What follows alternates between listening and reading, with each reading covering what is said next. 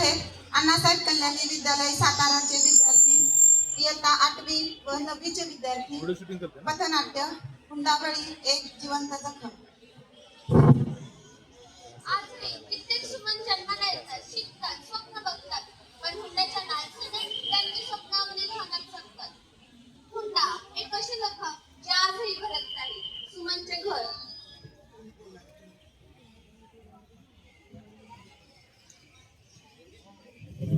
आई बाबा मी BSc pass झाले. हे घ्या आई पेढे. हे घे तुला पण पेढे. हे घ्या बाबा. सुमन, आता तुझे शिक्षण पूर्ण झालेले आहे. आता तुझ्या लग्नाची बोलणी करायला हवी. हो बरोबर आहे, तिचं वय पण झालंय. पण बाबा मला तर स्वतःच्या पायावरती उभं राहायचं आहे. अगं पण सुमन, हेच तर योग्य वय आहे लग्नासाठी. ठीक बाबा, तुम्ही म्हणाल तसं. सुमनच्या लग्नाची बोलणी करण्यासाठी वरपक्षी येतो. नमस्कार.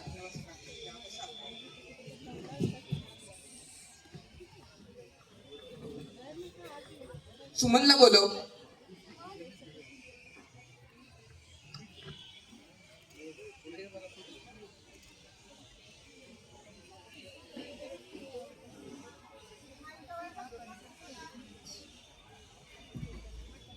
बाळा, तुझं नाव काय? सुमन. बर, तुझं शिक्षण किती झाले? BSc पूर्ण झालेलं आहे. बर. बाळा, तुझं नाव काय? तुषार. तुझं शिक्षण किती झाले? मी सॉफ्टवेअर इंजिनियर आहे. जॉब काय करतोस? मी IT कंपनीत कामाला आहे. आता नुकताच जॉईन झालोय. चालते. ह्याला 20 लाख पॅकेज आहे. तसेच आमच्या गावाला एक बंगला आहे आणि शहरात एक 3 BHK फ्लॅट आहे. मुलगी चांगली आहे, पण आमच्या प्रतिष्ठेला शोभेल असं लग्न करून तुम्हाला द्यावं लागेल. मुलीच्या अंगावरती 10 तोळ्या सोने, मुलासाठी 2 तोळ्याची चैन आणि 4 व्हीलर हे सगळं तुम्हाला लग्नात द्यावं लागेल. आणि लग्नाचा खर्चही तुम्हालाच करावा लागेल. आमची एवढी परिस्थिती नाही, तरी आम्ही प्रयत्न करू. आमच्या परिस्थिती नाहीये, पण थोडंफार कमी केलं तर. नाही, जमलं तर बघा, नाहीतर आम्ही तुझ्यासाठी दुसरी मुलगी बघतो. नको असं नको. आम्ही आमच्या परीने प्रयत्न करू. बरोबर, येतो. बाबा, माझ्यासाठी तुम्हाला एवढा खर्च करण्याची गरज नाहीये. अगं पण सुमन, एवढं छान आणि श्रीमंत स्थळ आपल्याला परत मिळणार नाही. हो नक्कीच. आता ठरलंय तर लग्न करूया. ठीक आहे बाबा, तुम्ही म्हणाल तसं. लग्न नाही, सौदा झाला होता. लग्न तर निश्चित केलंय, पण आता खर्चाचं काय? मला पण तोच प्रश्न पडलाय. आपली एक जागा आहे, त्यातला एक तुकडा विकून आपण पैसे घेऊ. बरं चालते. मी माझे दागिने सुद्धा घाण ठेवून ज्याच्यात ते पैसे येतील त्याच्यातून लग्न करूया. चालेल.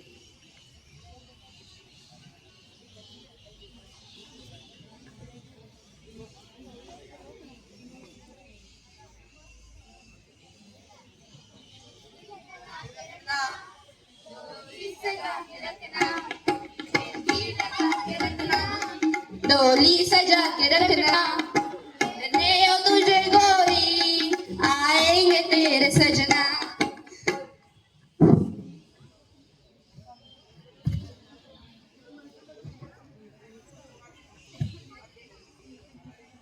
सुमनचे लग्न होताना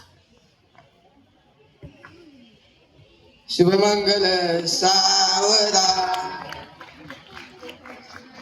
सुमनचे लग्न झाल्यानंतर सुमनच्या सासरी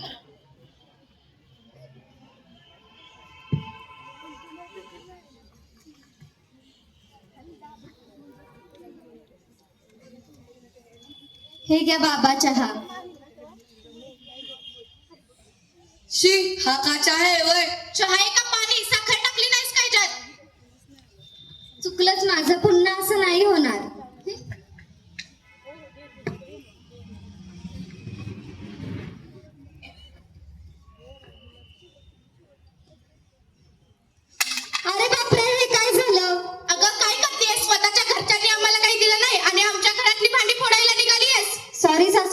परत असं नाही होणार, चुकलंच.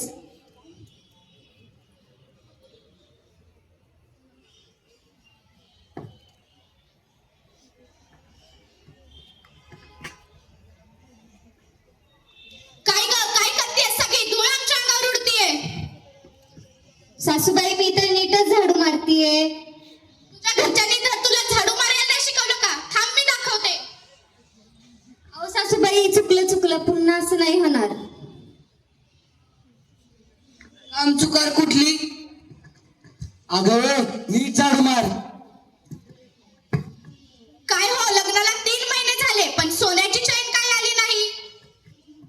अगं माझे मित्र मला बघतात, थोडाफार हुंडा द्यायला लागतो. फोन कर तुझ्या बापाला आणि विचार हुंडा कधी देणार आहे.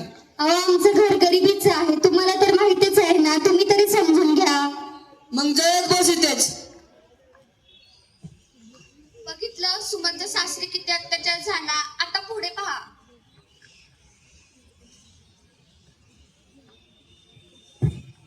तू टूटा दिल ये टूटा, टूटा टूटा एक परिंदा ऐसे टूटा, फिर जुड़ ना पाया. रूठा रूठा एक परिंदा ऐसे रूठा, फिर उड़ ना पाया.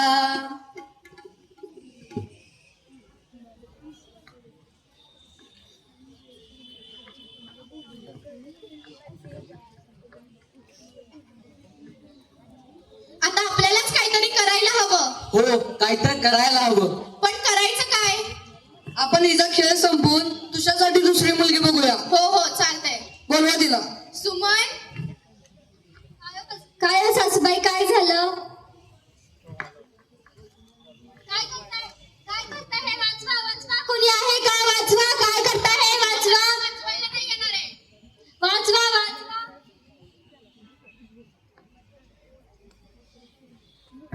काय झालं हे? कसला धूर येतोय?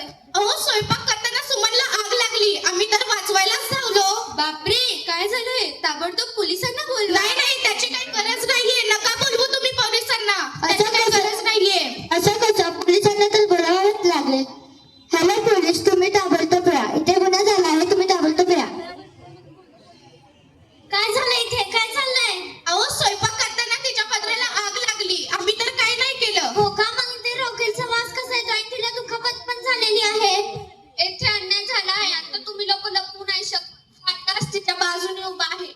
खरं तर या मुलीची चूक नव्हती. चूक करणारे इथे उभे आहे. अटक करा. अहो, पण आम्ही काहीच नाही केलं. चला, आम्ही काहीच नाही केलं.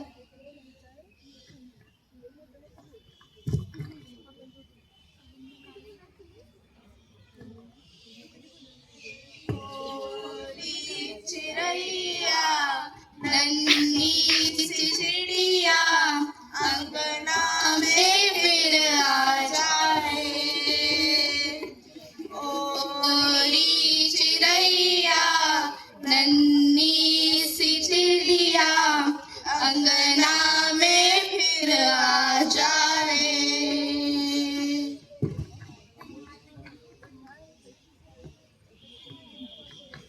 तुम्ही इतके एज्युकेटेड असूनही गुन्हेगार ठरला. हुंडाबळी, अत्याचार, हत्या हे सगळे गुन्हे आहेत. इंडियन पेनल कोड नुसार तुम्हाला शिक्षा होणारच. हॅलो,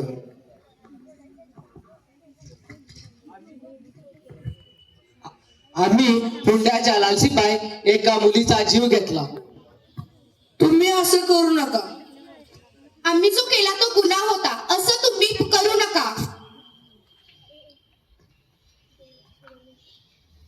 पाहिलं का मंडळी, हुंड्यामुळे माझ्यावर किती अन्याय झाला ते मी सहन करत राहिले. म्हणून प्रत्येक मुलीच्या आई वडिलांना माझं सांगणं आहे की त्या मुलीला शिकू द्या, तिच्या पायावर तू उभं राहू द्या, त्यांच्या पंखामध्ये बळ येऊ द्या, तिलाही आकाशामध्ये उंच भरारी घेऊ द्या.